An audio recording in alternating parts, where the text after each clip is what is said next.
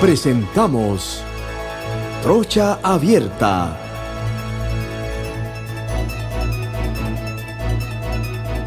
Bienvenidos a todos los que me están sintonizando a través de KW Continente. La verdad está por encima de todos, con cobertura nacional de punta a punta de la República de Panamá. Y estamos también por YouTube, por TikTok, Instagram. Así que tienen ustedes diferentes formas de sintonizarnos. Gracias por su distinción todos los días estar pendientes del programa. Hoy estamos como siempre con nuestro primo querido Eduardo Castillero Lange. Un saludo cordial a la audiencia de Trocha Abierta a través de la primera emisora KW Continente. Y a esta hora ocupamos el primer lugar en sintonía hasta las 6. También tenemos a nuestro primo Ricardo Alcedo Castillero. Muy buen día a todos. Un día más impartiendo verdad, impartiendo opinión a través de KW Continente, de YouTube, Instagram y creo que ya estamos en TikTok. Así que bienvenidos y la verdad por encima de todo. Feliz viernes. Este programa se llama Tres Castilleros y la Verdad. Eso es muy importante.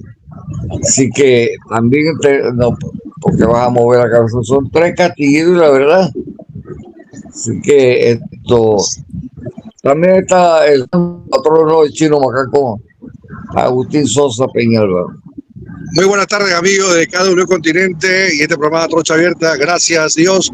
Hoy estamos aquí vivo todo el panel y nuestros amables oyentes y televidentes. El licenciado Mélito González Rodríguez. Saludos a todos desde Chitré en el mes de la patria. Que Dios nos ayude. El licenciado Irving Domínguez Bolaños. Buenas tardes, caros amigos del programa Trocha Abierta nacional e internacional a través de la decana KW Continente, la verdad por encima de todo. Y este servidor Alfonso Castillo Ortiz, conde del Vigo, que le da la bienvenida nuevamente a nuestro amigo Demetrio Laciregui.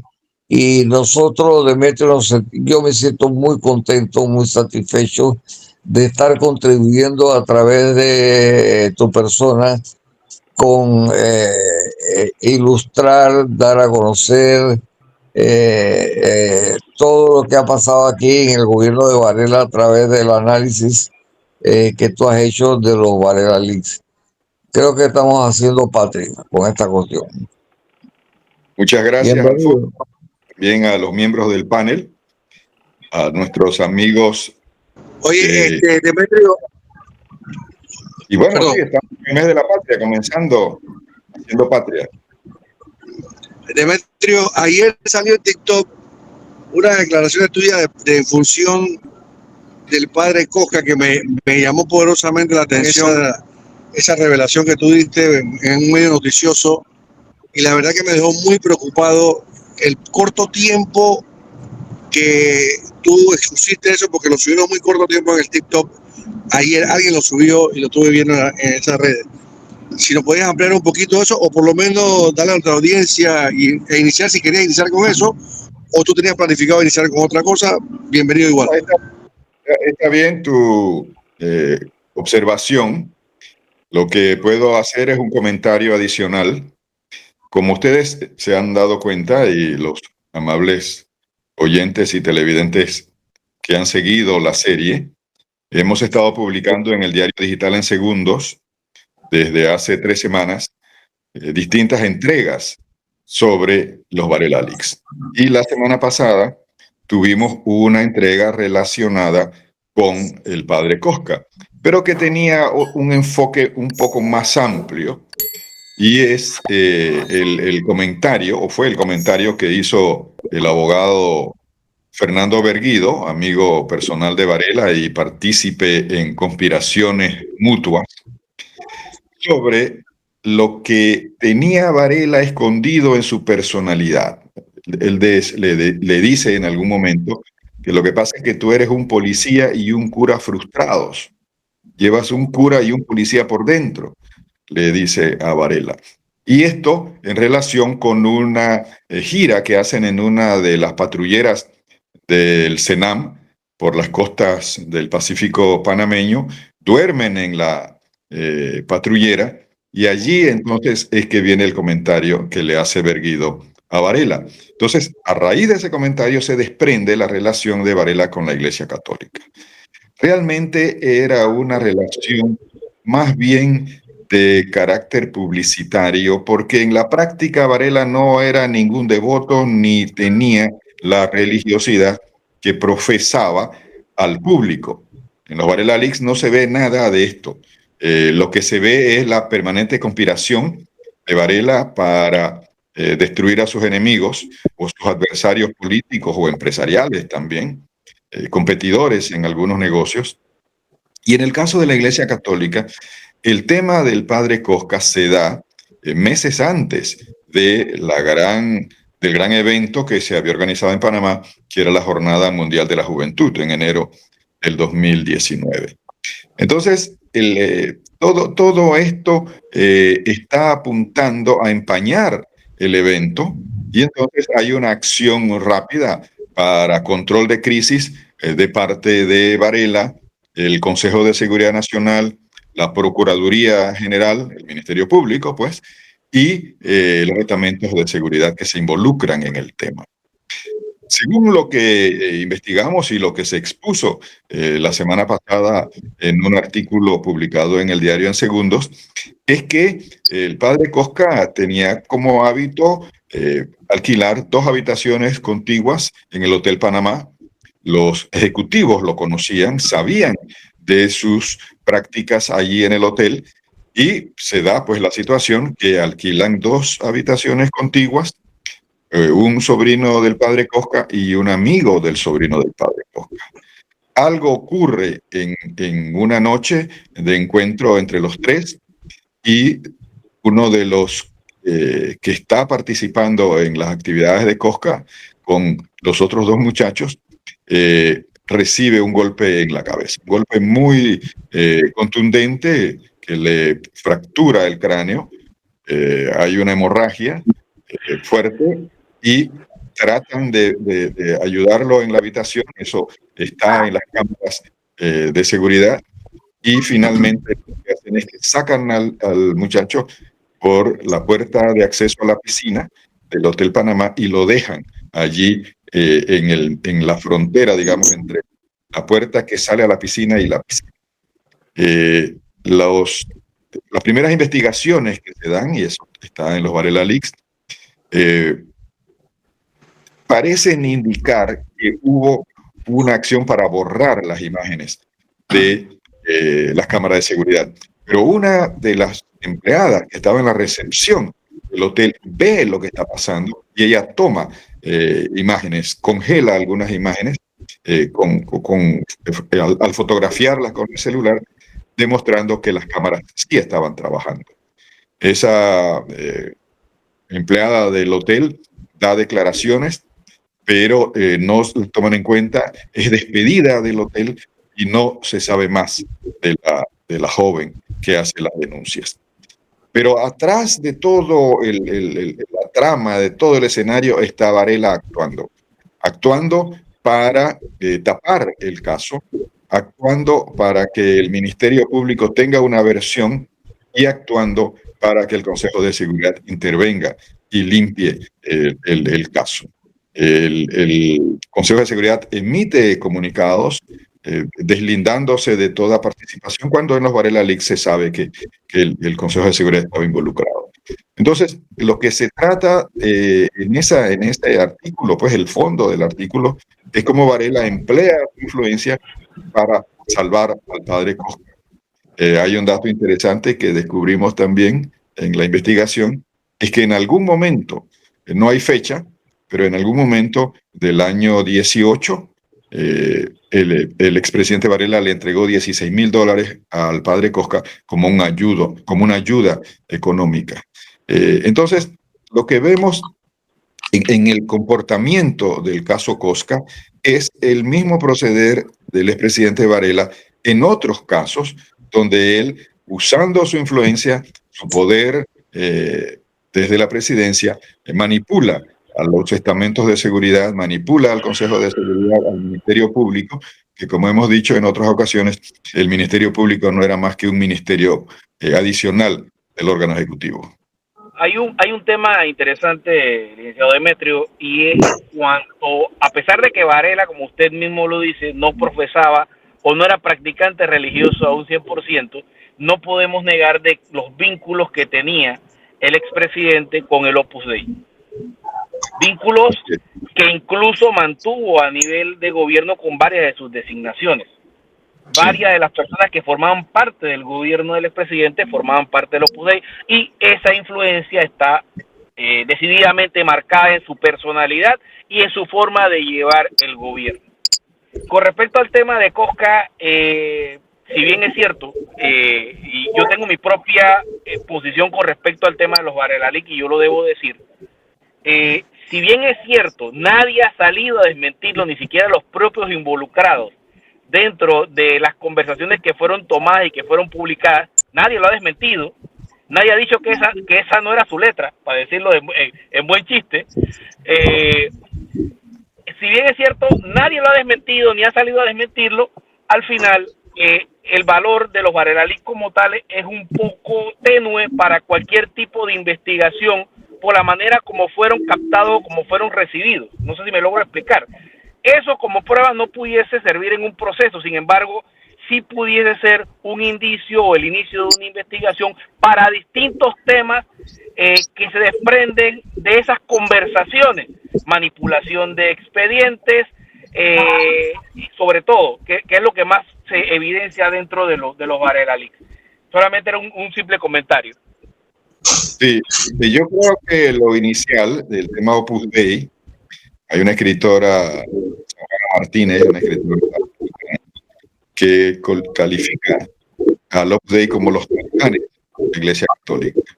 Ya ha escrito un libro. Yo tengo el libro, el Vaticano lo persiguió, lo hizo desaparecer, solo hubo una edición en México y no hubo más ediciones. Afortunadamente yo tengo una copia, que la compré justamente en México, donde la escritora describe todo el papel del Opus Dei, cómo se mete en los gobiernos, cómo recluta personalidades dentro del mundo económico y político, pensando en que serán luego dirigentes y estarán encabezando gobiernos, ministerios, ejércitos, en fin, donde está el poder, ¿verdad? Porque es la secta. Entonces el Opus Dei va paralelo a los masones, relativamente. Sí. El otro caso ahí interesante, yo hice una investigación durante el proceso electoral en el que perdió las elecciones, o supuestamente perdió las elecciones, Mimito Arias. Para mí fue una conspiración total, en contubernio con poderes económicos, la Embajada de Estados Unidos y la Iglesia Católica. Hay información de que en Costa Rica se formó un fondo de $3 millones recogido por Opus Dei para financiar la campaña publicitaria, la política de Varela durante las elecciones del año 14. Entonces, el tema de Opus Dei está muy vinculado, como dices tú, al punto que el numerario, digamos, el jefe de Opus Dei en Panamá, un español, Miguel Espí, era el jefe el secretario de metas de la presidencia, y estaba trabajando ahora para Opus Dei, o sea, evidentemente. Entonces, tenemos pues esa situación, diríamos, delicada en el sentido de la influencia de la secta talibán de la Iglesia Católica dentro del gobierno de Varela. Aparte de esas situaciones, yo creo que el valor de los Varela Leaks está en que descubre una cara de un exgobernante que era desconocida para el resto de la ciudadanía. Entonces, al quedar al desnudo, pues la población se hace una idea, tiene una imagen ya más de quién es el personaje. Ahora, el método ilegal de cómo se captaron las grabaciones, cómo se intervino el teléfono o la manera como se obtuvo esas grabaciones, que es de un volumen enorme. Yo he tratado de que la audiencia visualice el tamaño de lo que hay ahí, comparándolo con una enciclopedia de 10 tomos, que cada tomo tenga 900 a 1000 páginas.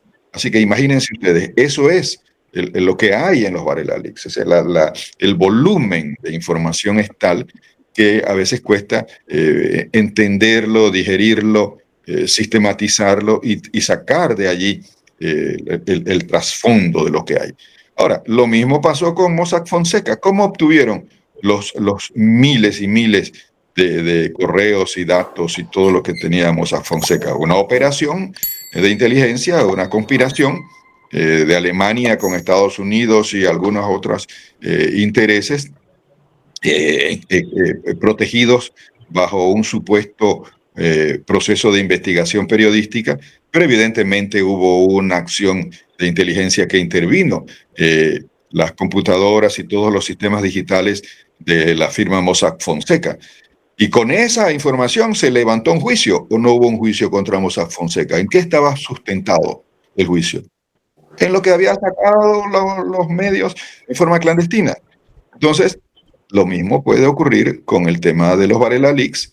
Un grupo de abogados que se dedique al caso y encontrar los hechos criminales que hay detrás. Violaciones a la Constitución, formas de manipulación de procesos de votación en la Corte Suprema, manipulación de votos en la Asamblea, en fin, conspiración tras conspiración para dañar o crear problemas a los adversarios del poder. Al final sí se revelan hechos que nuevamente pueden ser objeto de investigación, pero que van a tener que ser acreditados a través de otros medios. Es lo que quiero dar a entender. Per se, los Varela Leaks no pueden ser un medio de prueba para ninguna investigación, pero sí pueden dar el inicio a la misma y que posteriormente se compruebe, como dije, a través de otros medios de prueba durante el curso de esa investigación. Nadie ha salido a desvirtuar o a desmentir lo que sale en los Varela Leaks. De hecho, los Varela Leaks ocasionaron la salida de una procuradora. Y en el caso de Cosca, ya sabemos cuál ha sido el final del padre Cosca. Sí, y esa es la mejor muestra del peso que tienen los Varela Leaks. Porque, como tú dices, recordando justamente las circunstancias en que aparecen los Varela Leaks. Acuérdense que los Varela Leaks circularon en forma, diríamos, reservada 2 meses antes de que se hicieran públicos. Yo tuve una copia de los Varela Leaks en septiembre del año 19. Los Varela Leaks salen como un regalo de fiestas patrias el 5 de noviembre del año 19. Y 2 semanas después renuncia Kenia Porcel. O sea, tenemos que ver el peso que tuvo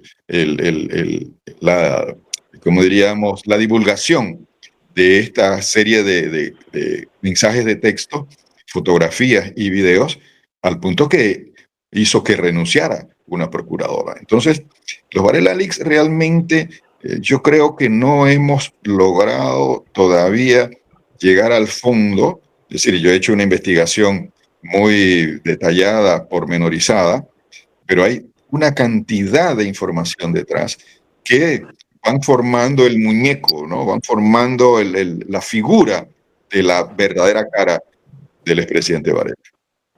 Ahora, Demetrio, y a Irving, si alguno de los afectados se presenta y dice, eso me pasó, ¿es prueba para que se dé la cabeza de proceso y hacer investigación? ¿O el es calificar?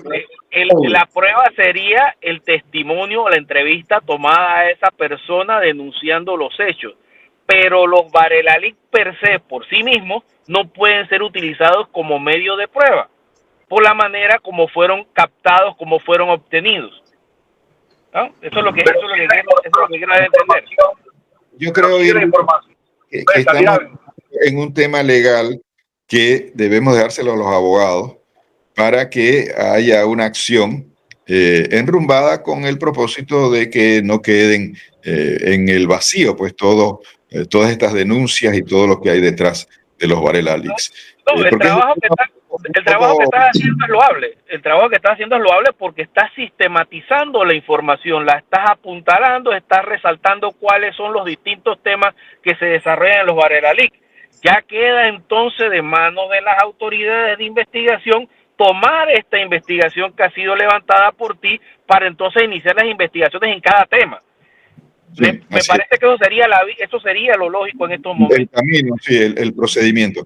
Yo quisiera, amigos del panel, entrar un poco en materia de los Varela Leaks, sobre todo un aspecto que desarrollé el lunes, que tenía que ver con el embarque de arroz de Guyana y cómo ante la oposición de esa transacción que a todas luces tenía sesgos de corrupción, Varela pues se lanza a atacar a Omar Williams, un productor de arroz de Coclé, a quien prácticamente da instrucciones al entonces ministro del MIDA de que lo destruya. O sea, hay que acabar con Omar Williams y con Omar Spiegel. Aunque Spiegel no tiene un papel muy protagonista en el tema del embarque de arroz de Guyana, lo menciona tangencialmente el expresidente Varela en las instrucciones que le da al exministro del MIDA, Carles. El otro Carles estaba en el Ministerio de Trabajo, pero este es Eduardo Carles, el de el MIDA. Allí vemos, Williams lo denuncia insistentemente, de que detrás de la compra de arroz a Guyana, 400.000 quintales de arroz, está un molino que ha comprado Varela, o él dice que lo ha comprado altos funcionarios del gobierno. O sea que funcionarios del varelismo tenían un molino en Guyana que era el que estaba captando el arroz y trayéndolo a Panamá.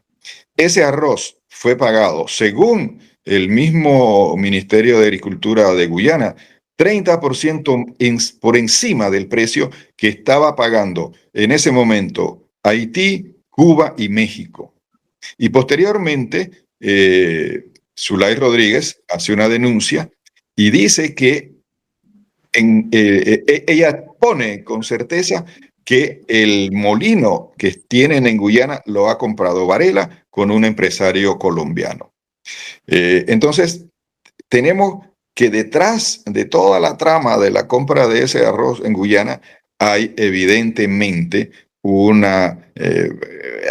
hay malos manejos, porque no hay una explicación clara de por qué hacer negocios de esa naturaleza con Guyana. Es más, hay una denuncia que fueron incinerados 37.000 quintales de arroz en el puerto de Manzanillo porque venía dañado. Eso se denunció en su momento, pero quedó allí. Pérdidas para el Estado. Entonces, finalmente, pues, el gobierno panameño honró los $7.100.000 que todavía se debían a los productores de Guyana la semana pasada, de modo que se saldó esa deuda, pero es una deuda que contrajo el Estado panameño de manera no muy clara en un negocio que, pues, evidentemente Varela fue el que se benefició. A mí me preocupa, Demetrio, esta situación que se está dando. Ayer escucho al contralor, ayer escucho al ministro de Economía y Finanzas que dice que las deudas del Estado tienen que ser honradas, aunque a todas luces detrás se vea la maleantería, y esto es clavo pasado, pues. Así es, porque son compromisos de Estado que no se pueden diríamos, incumplir. El tema es que no hay culpas, pues, siempre la impunidad. Un funcionario hace algo incorrecto, luego vienen juicios, vienen arbitrajes, vienen toda suerte de acciones legales y termina el Estado endeudado. ¿Ustedes saben cuánto debe el Estado panameño en arbitrajes, en toda suerte de juicios a empresas o a grupos económicos? Yo estimo que anda como 3.000 millones de dólares en este momento, que el MEF debería revelar la cifra. Pero cosas de arrastres desde el gobierno de Endara, todos los gobiernos han dejado de alguna manera un remanente de deudas o de compromisos con sectores económicos a los cuales tiene que honrar el Estado panameño. Mira, Demetrio, de acuerdo a la opinión de Irving como abogado, entonces aquí hay muchas bases, no usarlo como lo dijo el mismo documento porque no es válido, pero aquí hay información que se puede buscar y demandar a Varela bajo responsabilidades, como tú bien dices, el tema del arroz, esa corrupción de sacarle el 30% más allá de lo que costaba el arroz. Entonces, ¿con qué moral tú pudiste haber hecho lo que le hiciste a Martinelli si tú andabas en la misma, si cabe la palabra, porquería que tú supuestamente hiciste un mamotreto para llevar a Martinelli a donde él hoy precisamente está, asilado a una embajada, producto de que él no quiere ir a la cárcel porque si sale de esa embajada, evidentemente va a la cárcel. Entonces ahí tú te das cuenta de que la justicia en nuestro país no es válida, es nula, porque nadie ha hecho nada, porque aquí todo el mundo se encubre y el gobierno anterior se encargó incluso de cubrir eso cuando se dio públicamente por qué la embajada norteamericana o por qué el gobierno norteamericano o el Estado norteamericano le quitó la visa y fue tajante y claro de decir era corrupto cuando eras vicepresidente y era corrupto cuando eras presidente y aquí nadie investigó nada. Entonces esto no va a quedar nada. Ojalá que lo que tú estés realizando con diferentes abogados, analizando esta situación, puedas lograr que este señor se siente por lo menos a pasar un mal rato. Tal vez lo liberen, pero pasar un mal rato porque realmente yo siempre he dicho que lo que tú siembras, tú cosechas. Ahora, O sea, Agustín, o sea que eso que entonces las eso que leyes... acabas de decir, eso que acaba de decir Agustín, pone sobre los hombros del nuevo procurador el gran peso de la esperanza que tenemos los panameños decentes de ver caminando a la cárcel a toda esta recua de maleantes. Bueno, eso es algo que todos quisiéramos, pero lo que yo quería preguntar es que entonces las mismas leyes se encargan de entorpecer a la ley. ¿A qué me refiero? Que toda la investigación que ha hecho usted, don Demetrio, que tiene base, que tiene sus orígenes, entonces no se puede tomar como si fuera un acto de, ¿cómo explicarlo? De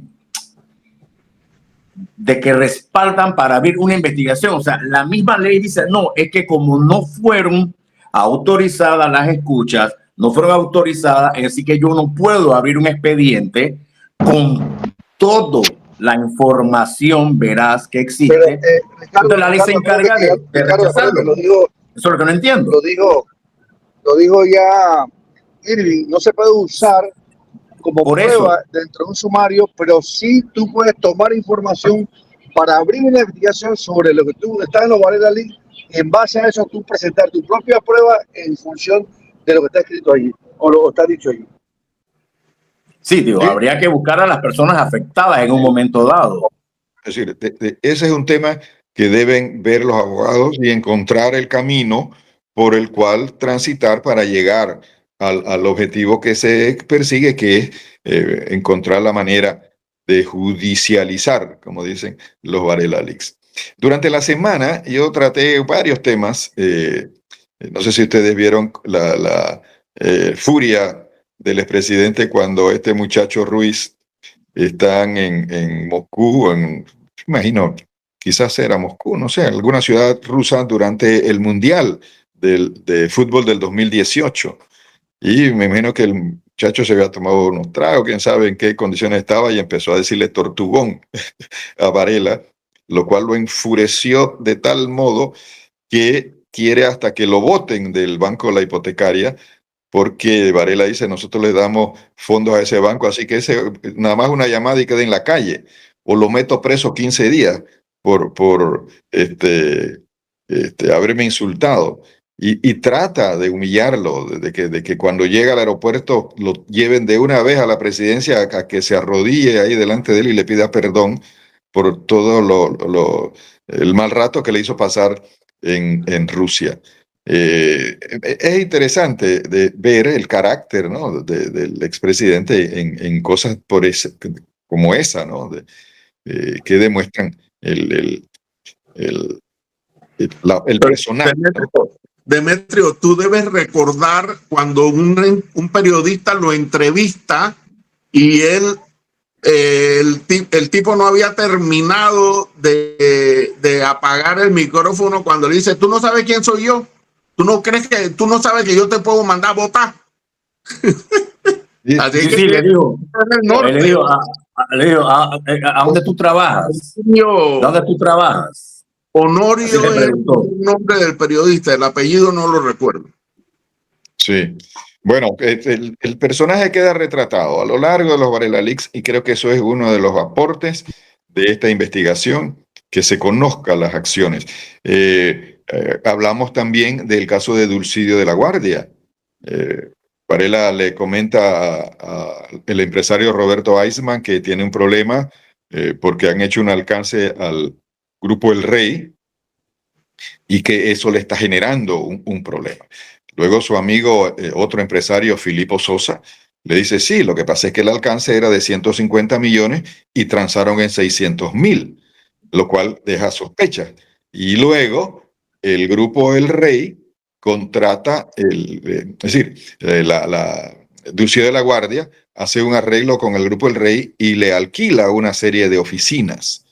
Y entonces Sosa le dice a Varela, bueno, Dulcidio de la Guardia está actuando dentro de la legalidad, pero es altamente inmoral lo que está haciendo.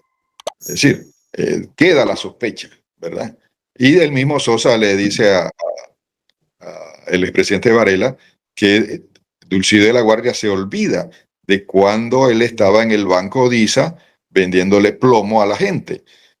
Acuérdense ustedes lo que sucedió con el Banco Disa, Correcto. cabeza del banco JJ Vallarino, cómo quedaron burlados los cuentavientes, perdieron sus ahorros, en fin, y fue un largo calvario de muchas de esas personas que murieron. Estrellamar se llamaba una de las financieras o una de las sociedades. No te olvides de Chinchorrocarle, que él también tenía sus uñitas metidas en toda esa... En ese banco, sí. Pero bueno, lo que estoy tratando de dar a conocer es esos aspectos dudosos en cómo trataban desde el poder algunos temas, como el caso este del grupo El Rey. Pero eso del grupo Rey fue antes de que vendieran o cuando era de la familia antigua. Antes de que vendieran. Ah, Sí, okay. sí, era del grupo panameño. Sí. Eran los Cicoyos. Sí. Y luego lo que entregamos ayer, los negocios de Varela con Melitón Arrocha. Ellos tenían una sociedad que se llamaba Arrocha y Varela S.A. de los negocios. Varias veces Varela le dice que no están facturando. Este mes no hemos facturado nada. Y le reclama a Melitón. Pero el artículo de ayer tenía que ver con algunas acciones sospechosas en Global Bank, donde Melitón Arrocha le llama la atención el banco, por algunos manejo de fondos, él niega que tenga recursos allí, que el dinero es de su mamá, pero en la conversación con Varela reconoce que tiene 700.000 en el Global Bank, que no están muy bien declarados. Hay una situación sospechosa sobre esos fondos, y también sale un cheque de $150.000 de Varela en el mismo banco, y sale en el boletín de acciones sospechosas, lo cual molesta mucho a Varela. Hay una discusión con el gerente del Banco Vallarino. Eso está en la entrega de ayer, donde se ve el malestar de que haya salido a la luz ese cheque de $150.000. Y en el artículo que entregamos no abundé en otros negocios que tenía Melitón Rocha, o que representaba Melitón Rocha, como por ejemplo el grupo Cemex, la minera Panamá, Huawei, y es nombrado. Acuérdense que Melitón fue electo diputado por el panameñismo en el 2014, dejó el puesto de diputado y fue ministro de Comercio en toda la trama de la minera, y luego es nombrado embajador en Naciones Unidas. Yo no sé si lo comenté con ustedes, pero en algún programa lo he comentado, que la misión de Melitón Rocha en Naciones Unidas era hacer lobby, porque Varela pretendía ser secretario general de las Naciones Unidas en lugar de Antonio Guterres, el portugués, que se religió en ese año 2018-19, cuando Varela pretendía llegar a ese puesto. Algo que me parece totalmente desproporcionado, que el expresidente estuviera en semejante posición con el récord que traía de Panamá, y donde no iba a tener ningún respaldo de la superpotencia.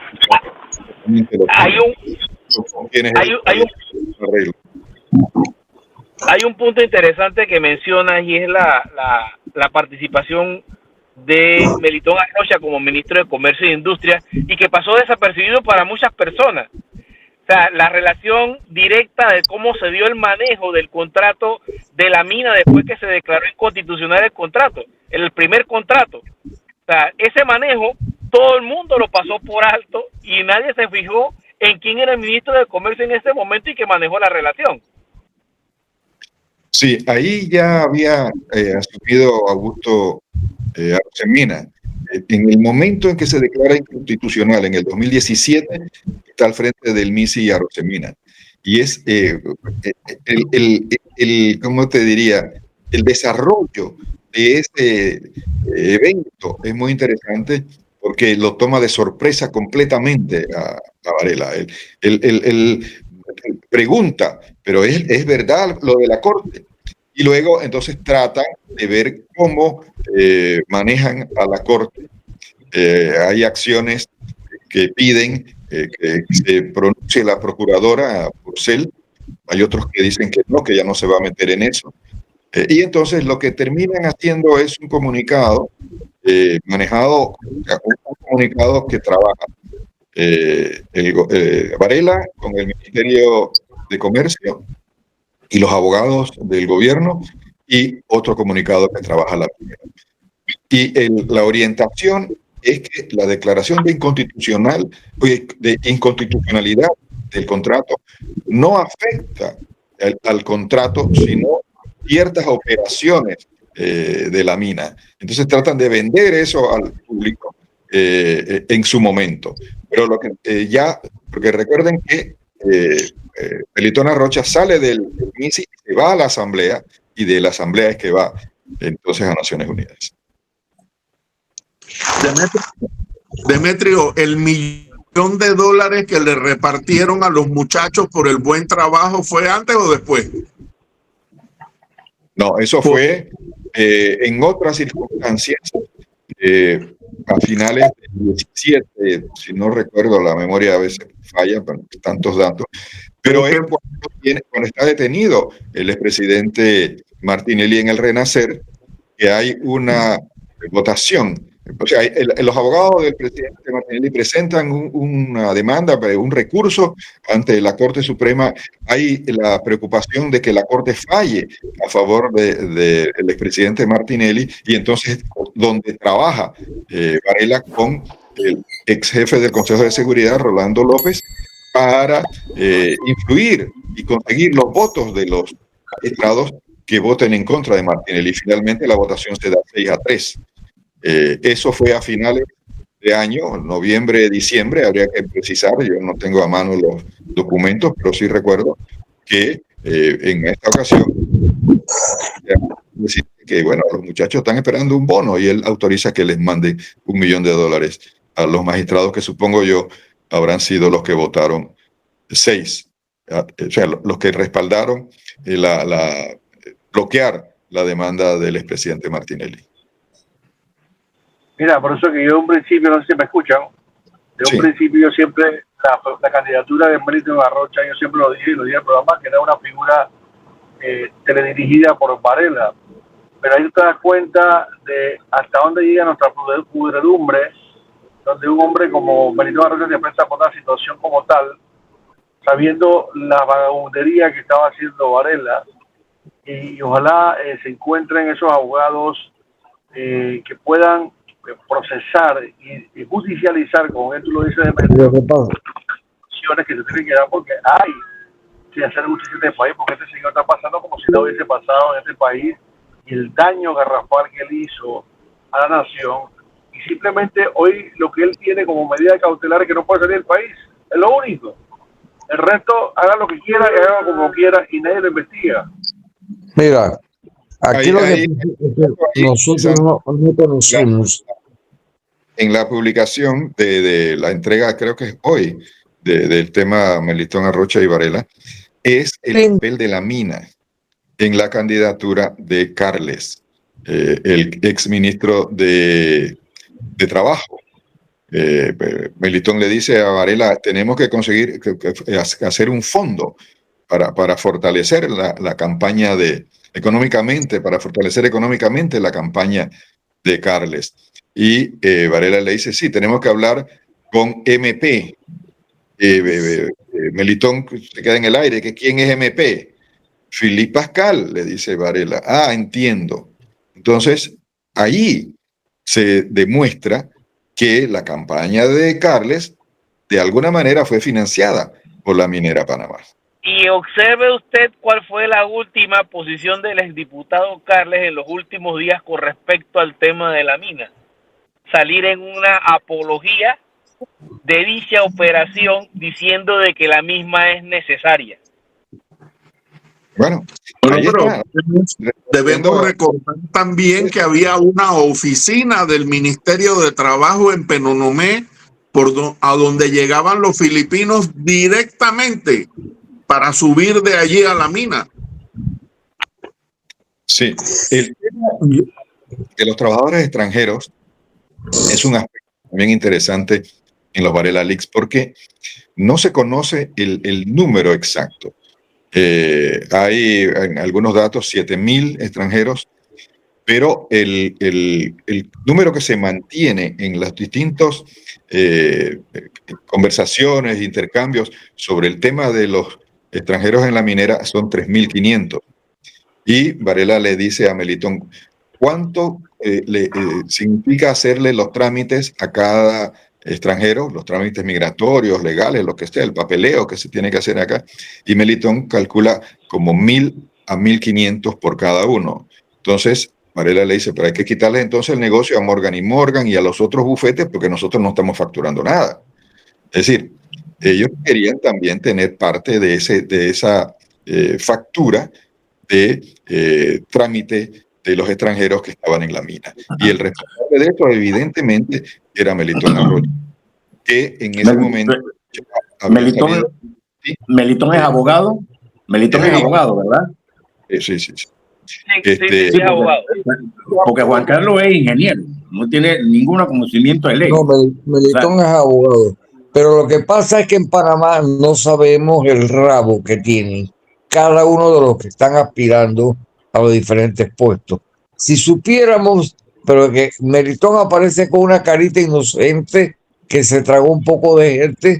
Y claro, él se retiró, pero la gente, un grupo de gente estaba creyendo en él y en él no tiene que creer nadie porque es como cualquier otro pillo que ha estado en el gobierno. O sea, su actitud demuestra una cosa y la realidad es otra cosa. Si Alfonso, supieran, Como dije, yo lo dije en su momento, yo acuérdate que en el programa lo dije, que él puede estar hablando bonito, pero detrás de él había una manipulación de Varela, que él no era un candidato independiente, que simplemente era un movimiento de Varela. Aquí yo lo dije en el programa en reiteradas ocasiones, el tema de su candidatura. Y ahora, señores, pero al final el hombre resultó como el pato. Si no lo hizo a la entrada, lo hizo a la salida. ¿Cómo terminó la candidatura del hombre? Una consulta que le tengo al señor Demetrio. En toda esta tragicomedia de los Varela Leaks, ¿en algún momento estuvo involucrado el gobierno de Estados Unidos? Y me refiero a su sistema de seguridad, porque usted sabe que ellos cuando quieren saber algo, lo saben. En algún momento dado, el gobierno de Estados Unidos estuvo anuente a toda esta situación de los Varela Leaks, y estoy casi seguro que sí. No sé su opinión. Yo no podría decir que Estados Unidos o sus aparatos de inteligencia estuvieron detrás de los Varela Leaks o que fueron ellos o alguna agencia estadounidense la que hizo el hackeo o las grabaciones que aparecen allí, porque yo he insistido, lo he reiterado, que esto abarca octubre 16 a diciembre 18, o sea, prácticamente 2 años de grabaciones. Es decir, eso es imposible. Afirmarlo, confirmarlo, porque no hay manera, ¿no? Y si lo hicieron, no lo van a reconocer. Lo que sí es evidente es que a lo largo del contenido de las conversaciones, de los intercambios, de las grabaciones, de todo lo que hay allí, hay mucha afectación a intereses estadounidenses, no diríamos mucha afectación, hay algún grado de afectación a los intereses de Estados Unidos. Tú mencionaste el tema de seguridad. Yo estoy convencido que en el tema de seguridad fue donde se dio el quiebre entre Varela y Washington. También está el tema de los operativos de Hezbollah. Esa es una situación que poco se conoce. Yo la revelé la semana pasada, que también creó un roce muy fuerte entre Washington y Panamá. Y está la otra de Speed Joyeros, el fondo ese que fue confiscado y que 200 millones, o sea, la cifra no se conoce y que existe en un fondo en Estados Unidos en base a Speed Joyeros.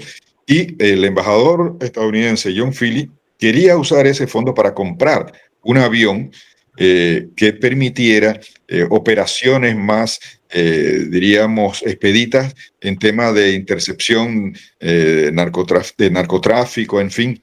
Y la ex procuradora Kenia Porcel se opuso a lo largo de su gestión a que se tocaran esos fondos. Eso también creó un roce con Estados Unidos.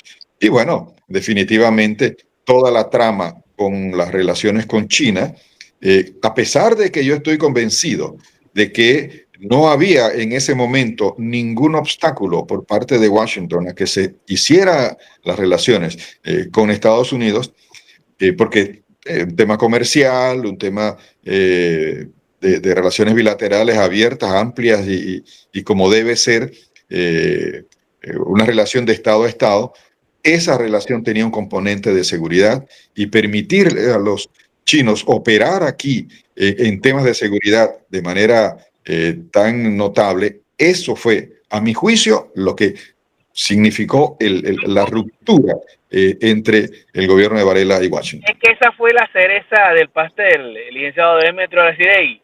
Esa fue la cereza del pastel.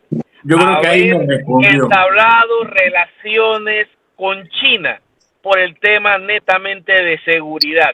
Y habiéndoselo advertido los Estados Unidos a Varela que no hiciera eso, lo hizo, porque se lo puedo decir con mucha propiedad.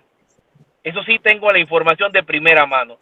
El gobierno de Estados Unidos le había advertido a Varela que no entablara relaciones con los chinos. Y sobre todo eso, lo hizo. Señores, eso fue el mayor descaro, el rompimiento de relaciones con Taiwán. Taiwán, correcto.